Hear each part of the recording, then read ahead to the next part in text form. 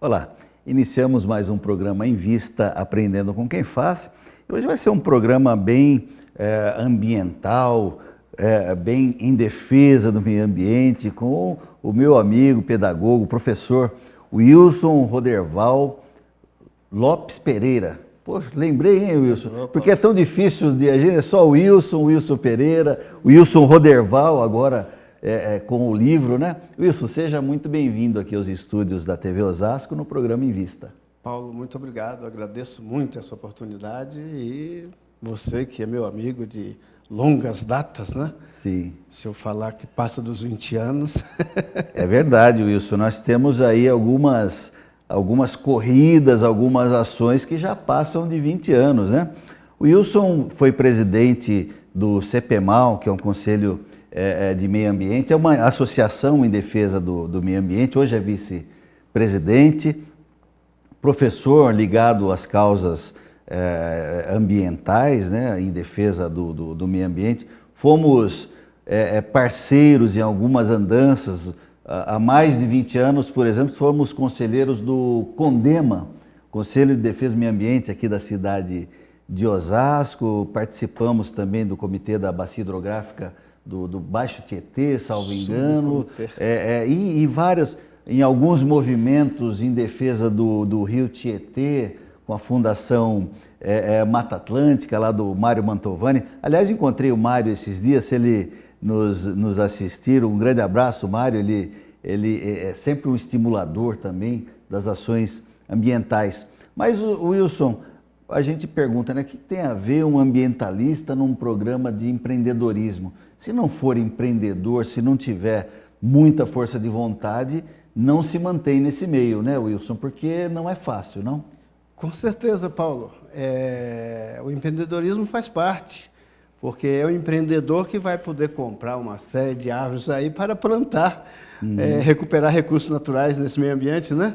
Sim. Então faz parte, sim. Eu acho que o empreendedor, e você é um grande empreendedor e consciente, sabedor do que está fazendo, Paulo. Eu acho que a questão meio ambiente, para a gente que já milita, atua há algumas décadas, né, podemos dizer até assim, ela deixou de ser naquele momento, desde lá de 92, que foi a Rio 92, que foi, eu acho que marcou o início das ações, de uma conscientização das ações ambientais, né, brasileiras. Desde lá, eu acho que mudou o movimento de preservação do meio ambiente.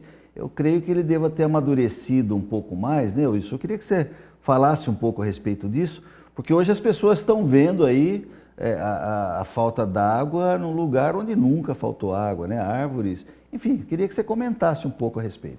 Então, Paulo, é fácil, tem que comentar mesmo. Realmente a falta d'água, e quando você falou de subcomitê de bacia hidrográfica Pinheiros Pirapora, há 20 anos atrás nós já discutimos exatamente a falta d'água.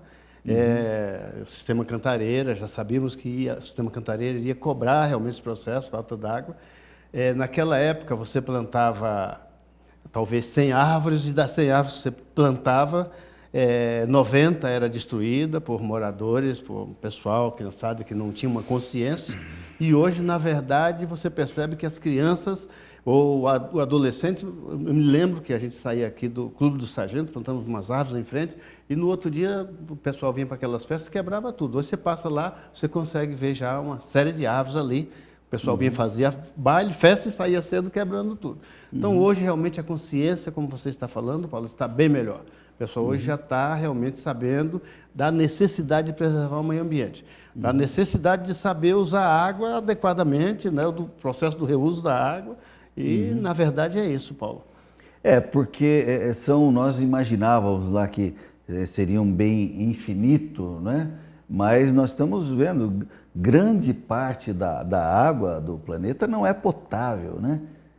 Grande parte da água do planeta, ela está concentrada para nossa felicidade, uma boa parte ainda no Brasil, os grandes aquíferos ainda que tem que ser é explorado, mas eu penso que boa parte da tecnologia que está explorando aí os pré-sais da vida deveriam estar explorando aí os aquíferos que tem lá no norte do país, embaixo da Amazônia, que é um volume muito grande de água, né? Mas enquanto isso não acontece, nós temos aqui que deixar de usar a vassoura hidráulica, né? Que se fala que é pegar mangueira, lavar a calçada com mangueira. Acho que isso muita gente já deixou de fazer, né, Wilson? Paulo, como é gostoso falar com você, né? Trabalhamos juntos e você realmente entende do assunto. Você veja uma coisa, Paulo, eu até tenho falado por aí do processo da limpeza, da despoluição do Rio Tietê. No governo Mário Covas, eu me lembro, a gente foi convidado, realmente, na época, representando o nosso conselho, você já falou, CPMAL, e realmente chamando para uma reunião onde iriam receber uma verba do Japão para a despoluição do Rio Tietê.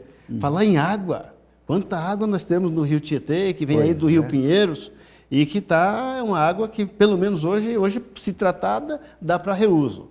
Porém, se bem tratada, poderá até se tornar potável. Então, mas na verdade, essa despoluição do Rio Tietê, que a gente ouve falar há tanto tempo, há mais de 20 anos atrás, Paulo, eu, na verdade, na fundação do Comitê de Bacia, que eu acho que já deve ter aí seus 30 anos, nós já discutimos realmente o processo da despoluição do Rio Tietê. E aí, quando você fala dos aquíferos, na verdade, né, Paulo, o governo precisa estudar a maneira de como resolver. Eu não sei, já pensar na dessalinização da água do mar também, porque o negócio está sério, realmente. Está muito sério. E a água potável, a água está aí, a água ela é finita, a água doce, potável para nós, porém essa mesma água ela está por aí, está na atmosfera, por exemplo, tendo em vista a destruição da biodiversidade, né, principalmente da flora. Nós temos essa dificuldade enorme com a nossa água hoje, mas eu acho que os governos têm que se virar. Nós estamos fazendo a nossa parte, né, Paulo? Você já disse, eu estou tomando banho lá em casa, dentro a família, tomando banho dentro de um recipiente, aproveitando aquela água daquele recipiente para dar descarga nos vasos sanitários e às vezes sobra até para molhar as plantas e lavar o quintal. A água de lavagem de roupa também hoje lá em casa, e não é só eu. Esse do banho no recipiente, eu aprendi, eu ouvi uma criança dando um depoimento numa televisão de que ele estava tomando banho no recipiente. Aí eu já estava fazendo aquilo quando eu ouvi o depoimento daquela criança. Então tem muita gente realmente nessa consciência hoje, necessário. Se não fizermos isso, meu Deus. É verdade. Wilson, nós vamos continuar conversando a respeito disso no próximo bloco. Vamos fazer um pequeno intervalo agora, mas eu queria que a gente já fosse pensando onde nós, eu, você e a sociedade, onde nós erramos ou onde nós deixamos de acertar, já nesses 20, 25, 30 anos aí de atuação, em função do meio ambiente, onde a sociedade errou? Foi na comunicação, foi nas ações? Vamos falar disso no próximo bloco. O Invista faz um pequeno intervalo e volta já já, não saia daí.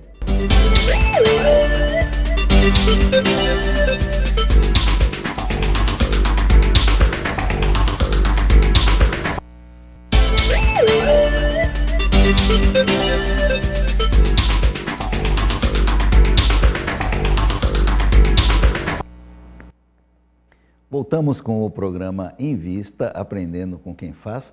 Hoje falando com um amigo, Wilson Pereira.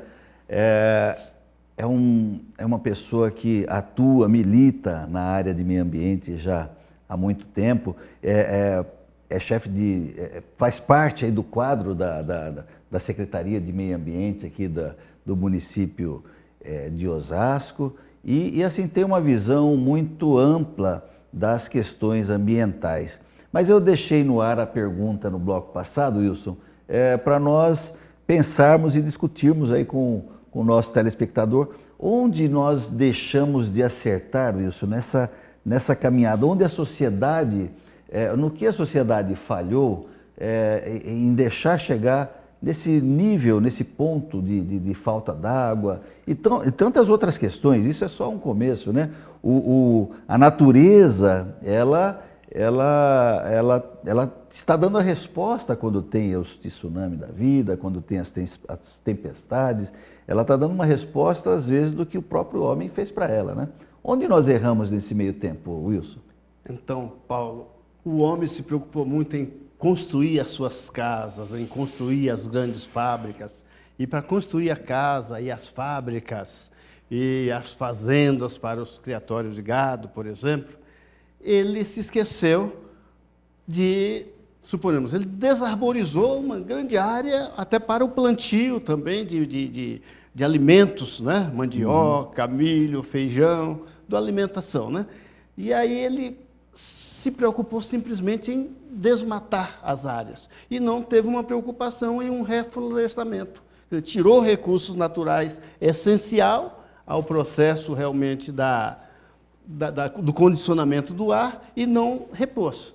Quando o homem acordou, tentou acordar de que realmente precisava fazer aí um processo de rearborização, na região urbana, por exemplo, Paulo, você percebe plantar árvores exageradamente numa região urbana que hoje atrapalha, você percebe que uma árvore, hoje o pessoal tem até medo, hoje não, na Secretaria de Meio Ambiente de Osasco, hoje, a partir de 10 anos para cá, por exemplo, já se planta árvores pensando na altura que ela vai atingir, porque tem fio elétrico, etc. e tal, para realmente as pessoas não ficar apavoradas. Mas tem famílias, hoje você falar em uma árvore, para ele já fica apavorado.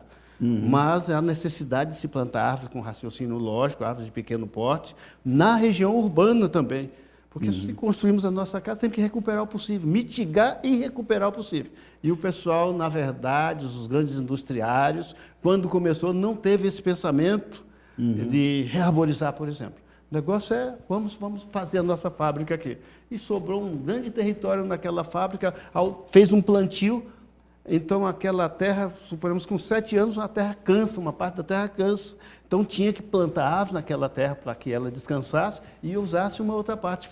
Mas o povo, infelizmente, o industriário e nós, né? Algumas pessoas, Paulo, eu digo nós, mas hoje você já tem uma consciência, que eu já sei que você já plantou muitas árvores, plantamos árvores juntos. Sim. Hoje plantamos muitas, mas é isso, Paulo, eu acho que foi essa destruição da sociedade sem pensamento na recuperação. Olha, eu quero aproveitar e fazer um reconhecimento até pelo trabalho do amigo comum nosso, o Carlos Marques, aí, que está na Secretaria de Meio Ambiente, tem uma visão,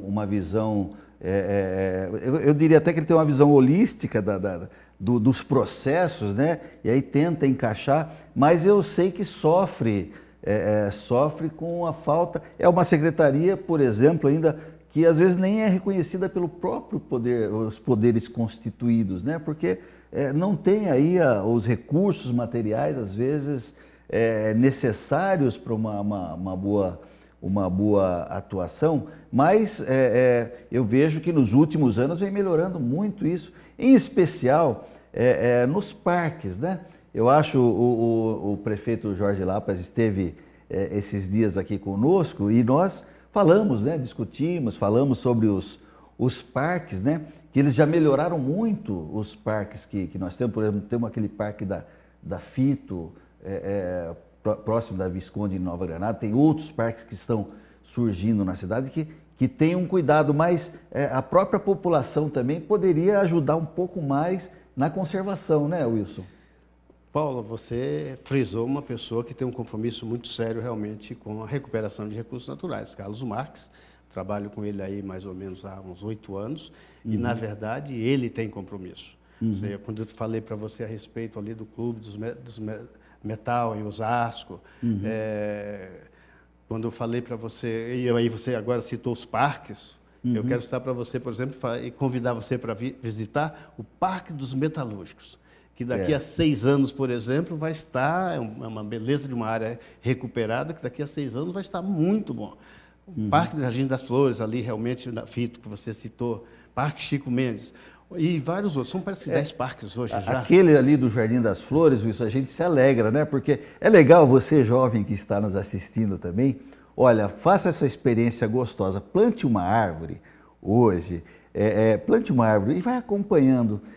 Passa muito rápido o tempo, daqui 10, 15 anos, você vai ter o gosto, a satisfação, e eu tenho esse prazer, Luiz, de passar ali no parque e estar ali zelando por árvores que eu ajudei a plantar. Plantamos ali juntos. também.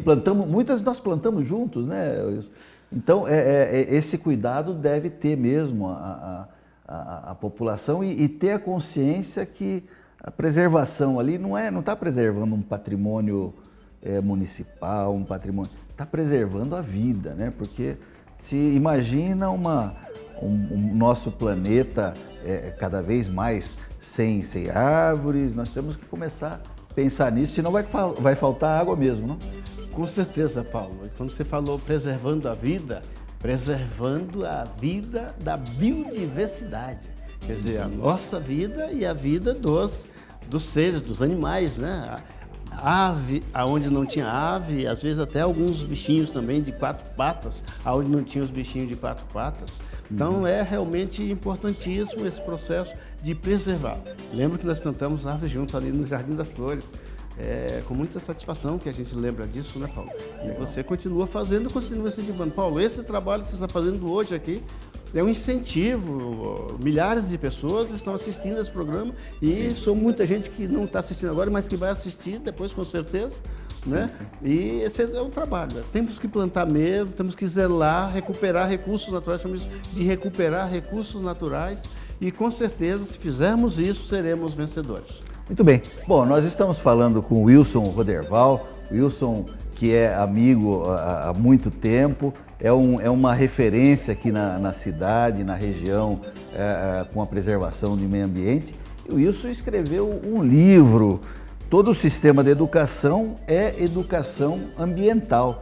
Nós vamos, no próximo bloco, falar desse livro. Então nós vamos fazer um pequeno intervalo agora, daqui a pouquinho nós voltamos para continuar esse bate-papo gostoso com o Wilson Roderval. Já...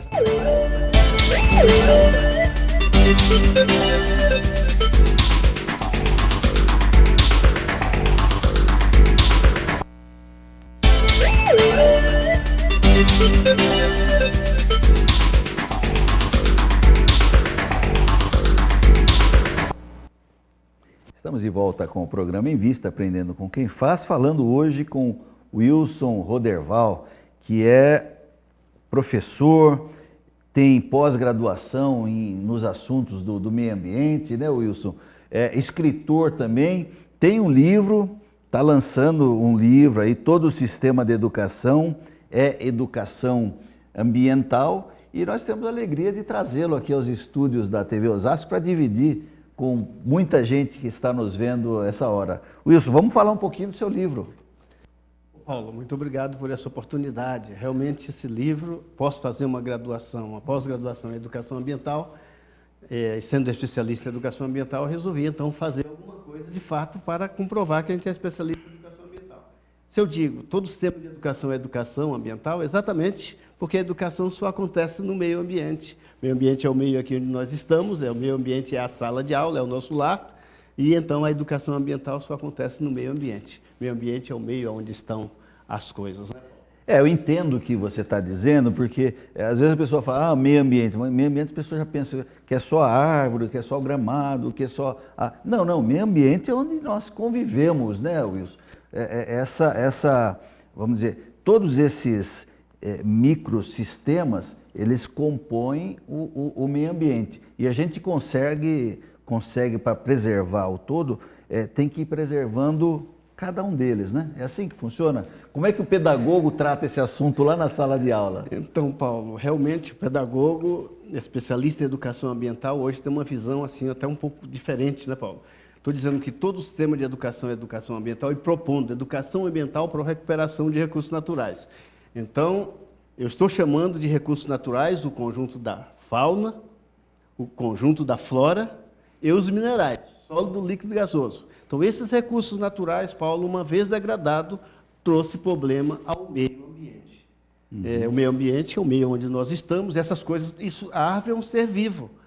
E é um recurso natural que está no meio ambiente. Estou dizendo que está é diferente de ser. Então, as coisas estão no meio ambiente. O meio ambiente comum é o nosso habitat comum, que é a Terra. Então, a Terra é o meio ambiente. Se você olhar uma linha perimetral, nesse mundão aí, ou a linha perimetral nesta sala, Então, o que está aqui dentro, no ar, nós, né, estamos no meio ambiente. Somos recursos naturais inseridos aqui no meio ambiente, Paulo. Ô, Wilson, aproveitando, pegar um trechinho aqui do livro, você pergunta aqui o que é educação ambiental, né? Para Harding Padua, em 97, um cidadão do mundo moderno precisa ler, escrever, compreender, usar números e compreender e usar de modo sustentável os complexos sistemas ambientais dos quais fazemos parte. Há muitas maneiras de definir educação ambiental. Educação ambiental é a preparação de pessoas, sua vida enquanto membros da biosfera. Quer dizer, tudo tem uma interligação com o meio ambiente, com a biosfera. Então, educação ambiental nós, na escola, quando estivermos falando com o jovenzinho ali, fazê-lo lembrar de fechar a torneira enquanto ele escova o dentinho. Mais ou menos, o sentido é esse, Wilson? Paulo, mais ou menos isso. Todo o aprendizado, Paulo, é educação ambiental. Você vai na sequência aí, você vai vendo que realmente ele mostrou que todo o sistema... Ele só faltou dizer o que eu estou falando, o Ranger, ele só faltou dizer que educação ambiental propor educação ambiental para a recuperação de recursos naturais, que é o que eu estou propondo. E ele está mostrando aí o que é educação ambiental. Está mostrando que educação ambiental é como o homem se preparar para a vida. Então, realmente, a educação ambiental é você se preparar.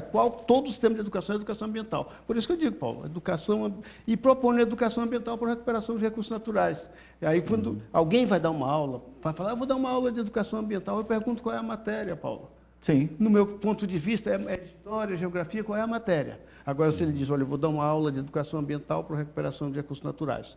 Se o cara ele vai dar uma aula a respeito da reciclagem. Se ele vai dar uma aula a respeito da reciclagem, então está conectado aí a recuperação de recursos naturais. Eu vou dar uma aula, eu vou ensinar a plantar árvores. Se ele vai ensinar a plantar árvores, nesse primeiro momento que vai ensinar, é uma aula de educação ambiental para a recuperação de recursos naturais. Recuperar árvores, recuperar sombra, não tinha sombra, flores, frutos, né? Às vezes até lenha e etc. Papel, né? Vai plantar coisas para se fazer o papel. E se ele está na reciclagem, ele vai amenizar o gasto de árvores, por exemplo. Né? Se ele vai... suponhamos limpar o rio Tietê, por exemplo, que nós já falamos. Ele vai recuperar ali um recurso natural que está no meio ambiente. Então, é por isso que eu digo, você para dar uma aula de educação ambiental, você tem que justificar qual é a matéria. Eu quero que justifique qual é a matéria. Por isso, Paulo, aí propõe um paradigma de educação ambiental para a recuperação de recursos naturais em todos os níveis de escolaridade a partir da pré-escola. E em todas as matérias. Não, Todos os níveis. Então você percebe, é um paradigma, é uma disciplina, né, um novo modelo de disciplina para se trabalhar em todos os níveis de escolaridade. Então você já vai trabalhar, tem um professor que ele vai dar uma aula de educação ambiental para a recuperação de recursos naturais. Porque hoje já fala, você tem os parâmetros curriculares, que ele já fala realmente na interdisciplinaridade. Mas toda matéria é interdisciplinar. E o professor de matemática, de geografia, de história, ele vai estar preocupado com a sua matéria. Ele vai dar uma prova para química se o aluno aprendeu a matéria que ele está lidando. Você entendeu que ele está lecionando. Então, você tem que ter realmente uma matéria em que o cidadão vai trabalhar a geografia, porque a educação, você trabalha a educação ambiental para a recuperação de recursos naturais, você vai mostrar onde está acontecendo o problema. Você vai estar contando a história de que aquela região está sendo degradada e você está mostrando de fato o problema e está mostrando a necessidade de recuperar recursos naturais nesta área, em Osasco, em São Paulo, no Brasil e no mundo, né, Paulo? Olha, eu queria destacar uma ação que eu estou acompanhando muito importante aqui na cidade, Wilson. Aliás, eu participei de uma audiência pública esses dias, promovido pelo CEPLAG, Secretaria de Planejamento, sobre a recuperação dos resíduos sólidos na cidade. O que quer dizer isso? É que, enfim, está aí, nós falamos de lixo reciclável e tal, mas muito pouco do lixo que nós reciclamos em casa, ele tem uma destinação final. E agora está tendo uma audiência pública aqui na cidade, na região, para ter a devida destinação, porque o nosso lixo é um lixo muito rico, não é? O lixo que nós produzimos tem muito para ser reutilizado. Mas, Wilson, olha, essa conversa eu tenho certeza que iria muito longe, não fosse o nosso tempo, que é limitado. Nós temos ainda alguns instantes, eu queria que você chamasse aí as pessoas para, enfim, para participar, para ler o seu livro e para dar algumas dicas também para o nosso telespectador. Fique à vontade. Paulo, quero, no primeiro momento, agradecer realmente por essa oportunidade. Esse livro, a gente está pedindo ao telespectador que use esse livro, que leiam esse livro. Esse livro você encontra aqui na Livraria Bookstop, no Osasco Plaza Shop, ou pelo nosso site aí, WRLP, consultoria, né? E estamos aí tentando falar com o pessoal do governo, da Secretaria de Meio Ambiente, Secretaria de Educação, Ministério de Educação, Ministério de Meio Ambiente, Ministério de Cultura, que procurem adotar esse livro. O professor é o primeiro cidadão que precisa... Professor, por favor, estou aproveitando a oportunidade que o Paulo me dá para dizer, você precisa ler esse livro. Estudante, você precisa ler esse livro e com certeza você vai ter conteúdo realmente para esclarecimento. Paulo, a gente está assim à inteira disposição também para as palestras, né? Inclusive agora, no próximo domingo, dia 12, vamos estar ali no Rochdale, participando de um movimento lá do Rock Meio Ambiente. Legal. Então vamos estar ali participando, dia 30 tem um outro movimento também que vamos estar participando.